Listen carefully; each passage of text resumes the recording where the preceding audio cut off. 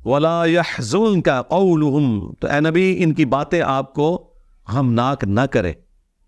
इन्नल इज़्ज़त लिल्लाहि जमीआ, बेशक इज़्ज़त तो सारी की सारी अल्लाह के लिए ही और अल्लाह ही की तरफ से है। हुवस समीउल अलीम, और वही है सुनने वाला और इल्म वाला। ये उसी की क्वालिटी है जी। तमाम मखलूकात को बैक वक्त सुनना और उनके बारे में इल्म रखना और फिर उनकी हाजत को पूरा भी करना, ये सिर्फ अल्लाह ही की क्वालिटी है। उसे मुस्लिम में एक बड़ी लंबी हदीस कुदसी है ना कि तमाम जिन्नो इंस किसी मैदान में जमा हो जाए और बैक वक्त अल्लाह को पुकारे, अल्लाह ताला सबकी सुनेगा और उनकी हाजत पूरी भी करेगा। मैदान में तो छोड़ दे सरकार, आज भी हजारों लाखों वेल मछलियां पैसिफिक और अटलांटिक के अंदर, बहरुल काहिल में और बहरे ओकियानूस में मौजूद है कि जो छोटे साइज की मछली है ना, उसके भी एक दिन की खुराक जो है वो 500 से लेके 1000 किलोग्राम तक है। आप तो 1 किलो गोश्त खरीदते वक्त भी सोचते हैं।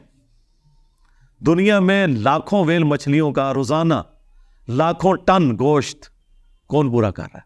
अल्लाह।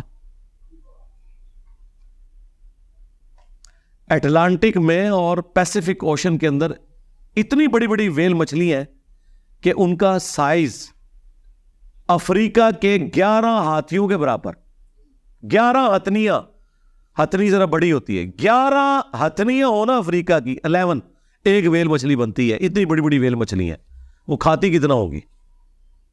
हमें तो साइंस की बरकत से अभी सिर्फ ये डाटा मिल रहा है। हमें तो पता ही नहीं था कि ये इतनी बड़ी मछलियां कितनी तादाद में मौजूद हैं और वो क्या खाती हैं और कितना खाती हैं। आज तक किसी बुजुर्ग ने लिखा है किसी किताब के अंदर कि एक वेल मछली कितना खाती है? बुजुर्ग तो दिना ने हाल भी जानते सन ना। बुजुर्गों को यह भी नहीं पता चला कि वेल मछली हलाल है या हराम है। वो यही फैसला नहीं कर सके क्योंकि वेल मछली जो है ना वो अंडे नहीं देती, वो मैमल्स में आती है।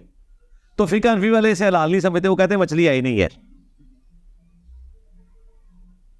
और हमने बुखारी मुस्लिम से बताया था कि अबू उबैदा इब्न जर्राह को जब नबी इस्लाम ने एक गज़वे के लिए जिहाद में भेजा तो वो कहते हैं कि भूखे थे हम, तो अल्लाह ताला ने समुंदर के साहिल पर एक इतनी बड़ी मछली डाली कि हम 15 दिन तक खाते रहे, पूरा काफिला। और एंड पे अबू उबैदा ने कहा कि इसका वो जो ढांचा निकला है ना, वो जो अंदर उसका हड्डियों का ढांचा जो है, वो 2 हड्डियां जोड़ो यूं करके, तो जोड़ी गई तो एक घोड़ जो ऊंट सवार है, घोड़ सवार नहीं ऊंट सवार, उसके नीचे से गुजर सकता था। यानी आप समझ ले कम से कम 12-14 फुट ऊंचा वो उसका सिर्फ ढांचा बन रहा था। अब हम हनफियों से पूछते हैं ये मछली कौन सी थी, जरा आप बताते। वो कहते हैं आप भी तलाश करें, हम भी तलाश करते हैं। वही तलाश है, वो वेल मछली है और कोई मछली ऐसी नहीं है। तो समुंदर के तमाम जानवर जो समुंदर से निकालने के बाद मर जाए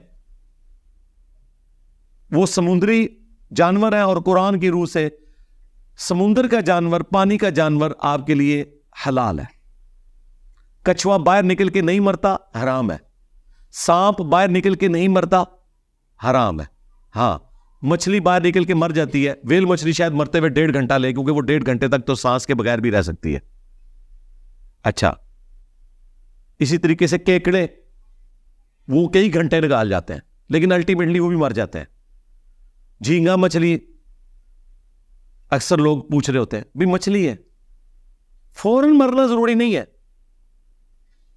यानी वो प्लेनेट अर्थ पे बगैर पानी के रह नहीं सकती। मगरमच्छ अगरचे समुद्री नहीं, समुद्री मगरमच्छ बहुत कम होता है, ये मीठे पानी का जानवर है, ये पानी के अंदर भी जिंदा रहता है और बाहर भी। तो ये समुद्र का या पानी का जानवर नहीं, लिहाजा ये हराम है। और वो वैसे भी हराम है। मुस्लिम में हदीस है ना कि जितने भी दरिंदे हैं ना जिनके ये नुकीले दांत होते हैं साइड वाले, वो हराम है। चाहे वो दरिंदे चरने वाले जानवरों में हो या उड़ने वाले जानवरों में हो, जैसे जिस तरह उकाब है, बाज है, गोश्तखोर है, दरिंदा है, ये हराम है। और जमीन में चलने वाले रीछ, कुत्ता, खिंजीर, क्योंकि वो ओमनीवर्स है। पता खिंजीर गोश्त खोर भी है, सब्जी खोर नहीं है सिर्फ, इसीलिए तो खिंजीर के बारे में मेंशन किया गया। बाकी तो उसकी सारी चीजें जो है ना वो वही है जो मवेशियों की होती हैं, लेकिन ये उसकी चीज एक डिफरेंट है, उसे हराम करार दिया गया क्योंकि वो दरिंदे में उसे शुमार किया गया। शेर दरिंदे में शुमार हुआ और उलमाए सू दरिंदे। अच्छा, अल्लाह तबारक व तआला का ही ये इल्म और उसकी समात है जो तमाम मखलूकात की वो हाजतें पूरे कर लेता है। इस पे कंक्लूड हुई थी बात। अला इन्ना लिल्लाहि मन फिस समावाति व मन फिल अर्द, आगाह हो जाओ बेशक अल्लाह ही के लिए है जो कुछ आसमानों में है और जो कुछ जमीन में, यानी अल्लाह ही इसका मालिक है। वमा यत्तबिउल लज़ीना यदऊना मिन दूनिल्लाहि शुरका, और किसकी पैरवी कर रहे हैं जो लोग पुकार रहे हैं अल्लाह के सिवा और शरीकों को। शुक्र है यहां पे तर्जमा इन्होंने पुकार का पुकार ही किया, वरना ये पीर करम शाह साहब भी जहां पे भी पुकारने की बारी आती है तो इबादत कर रहे हैं। हाँ, ताकि इस तरफ दिमाग जाए ना कि ये पुकारना भी इबादत है। यहां देखिए यदऊना आया, याबुदूना नहीं आया, तो इबादत पुकारना भी इबादत है। अद्दुआहु वल इबादा, दुआ ही तो इबादत है जो हदीस शरीफ में आया। फिर हुजूर ने अपनी बात की तस्दीक में आयत भी तिलावत की है, तिरमिज़ी में, नसाई में हदीस मौजूद है। उदऊनी अस्तजिब लकुम, ऐ मेरे बंदो मुझसे मांगो मैं कबूल करूंगा। इन्नल लज़ीना यस्तकबिरूना अन इबादती, जो लोग बेशक मेरी दुआ से तकब्बुर करते हैं, इबादत से तकब्बुर करते हैं, मैं उन्हें ज़लील व ख्वार करके जहन्नम में दाखिल करूंगा। अल्लाहुम्मा ला तजअलना मिनहुम, अल्लाहुम्मा अजिरना मिनन नार। तो अल्लाह ताला फरमा रहे हैं कि किसकी पैरवी कर रहे हैं कि अल्लाह के सिवा और हस्तियों को पुकार रहे हैं। फिर अल्लाह ने खुद ही जवाब दे दिया, इन यत्तबिऊना इल्ला ज़न्न, ये अपने गुमान की पैरवी कर रहे हो। कहते ना मेरा विजदान तो ये कहता है जी, साडा ते कीता है जदों भी उत्थे जाई देना जी काम होता है, ये इसकी पैरवी कर रहे हैं। व इनहुम इल्ला यखरुसून, और ये तो सिर्फ अटकल पच्चू से काम ले रहे हैं, अंदाजे मुकर्रर कर रहे हैं, कोई इल्मी बात इनके पास नहीं है। इस किस्म के कई मामलात बाकियों ने भी रखे हुए हैं। ये जो तवहुमात है ना और अटकल पच्चू, इसको या वही का इल्म खत्म करता है या साइंस का इल्म। गोरे को अगर टेंडुलकर जाके ये बताए ना कि जब मैं फलां मंदिर से फलां कलर का रुमाल बांधता हूं तो जितने मैचों में मैंने बांधा तो सेंचुरी हुई, और वो हो भी जाए, वो कहेंगे ऐसे नहीं सरकार, हम 100 दफा एक्सपेरिमेंट परफॉर्म करेंगे और 100 की 100 दफा अगर आपकी बात ठीक हुई तो मान लेंगे। और आपको भी पता है कि ऐसा नहीं होगा। कभी कोई तगड़ा बॉलर टक्कर सकता है, शोएब अख्तर भी को टक्कर सकता है, तो आप 99 पे भी आउट हो सकते हैं। गोरा नहीं ऐसे मानेगा। युवराज सिंह ने इंग्लैंड के बॉलर को ओवर शुरू होने से पहले धमकी दी थी कि मैं तुझे अगले ओवर में देखूंगा, और 6 बॉलों में 6 छक्के मार दिए।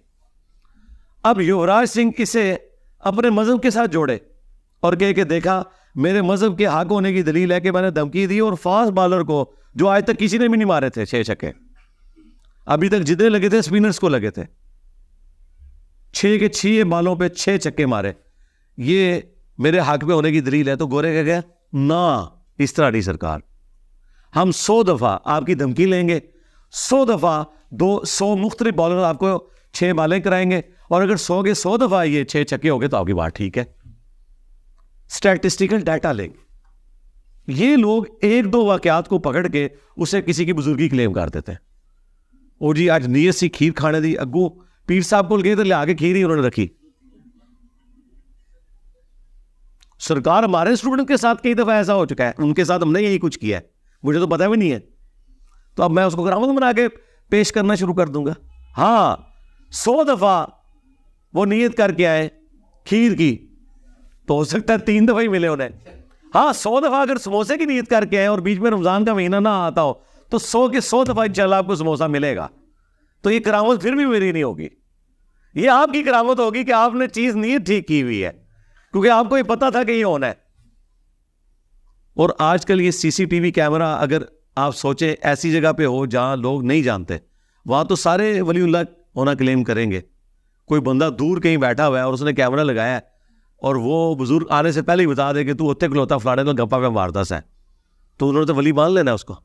हालांकि वो सीसीटीवी कैमरे से, जैसे मैं भी अब जब से सीसीटीवी कैमरे लगाए हैं हमने तो टीवी देखना ही छोड़ दिया। उस सीसीटीवी कैमरे में मोहल्ले के लोगों पे नजर रखे होते हैं कि कौन सा बच्चा कौन सी हरकत कर रहा है, किसने कहाँ मोटरसाइकिल खड़ा किया है, कौन गलत पार्किंग करके चला गया है और कौन इधर उधर फिर रहा है। बल्कि अगले दिन तो मैं हैरान हुआ, 10-11 बजे 8-10 कुत्ते आ गए गली के अंदर, हमारी वो बंद गली में दाखिल हो गए। मैंने कहा यार देखो, इस वक्त अगर कोई छोटा बच्चा निकलता है तो ये तो सीधे उसको पढ़ सकते हैं। तो इसलिए वो अब कैमरे देख के हम इंश्योर करते हैं अपने मामलात को कि कोई कुत्ता तो नहीं फिर रहा, मिनल जिन्नति वन्नास, या हैवानात में से भी हो सकता है कोई कुत्ता। तो ये इन कैमरों का कितना फायदा है। यही अगर पुराने बुजुर्गों के पास होते तो वो तो अपने मुरीदों को बुट बना के रखते, तक कोई पहले ही दस्ता है, उन्होंने तो बाहरों ही पता लग गया सी क्या है। तो ये तमाम चीज़ें साइंस की बरकत से पकड़ी जाती हैं या वही की बरकत से ये तवहुमात है। इसीलिए इस्लाम ने हमें हुक्म दिया वला तकफु मा लैसा लक बिही इल्म, इंसान किसी चीज़ की पैरवी उस वक्त तक मत करना जब तक तेरे पास डेफिनेट इल्म ना आ जाए। इन्न सम्अ वल बसरा वल फुआद कुल्लु उलाइका काना अन्हु मसऊला, बेशक कान, आंखें और अक्ल, दिल हो या दिमाग, इसके बारे में पूछा जाएगा कि तुमने इन अज़ा को इस्तेमाल करके हक बात तक इल्म के जरिए पहुंचने की कोशिश क्यों नहीं की। तो ये अल्लाह ताला फरमा दिया कि ये सिर्फ अपने गुमान की पैरवी कर रहे हैं और अटकल पच्चू से काम लेते हैं।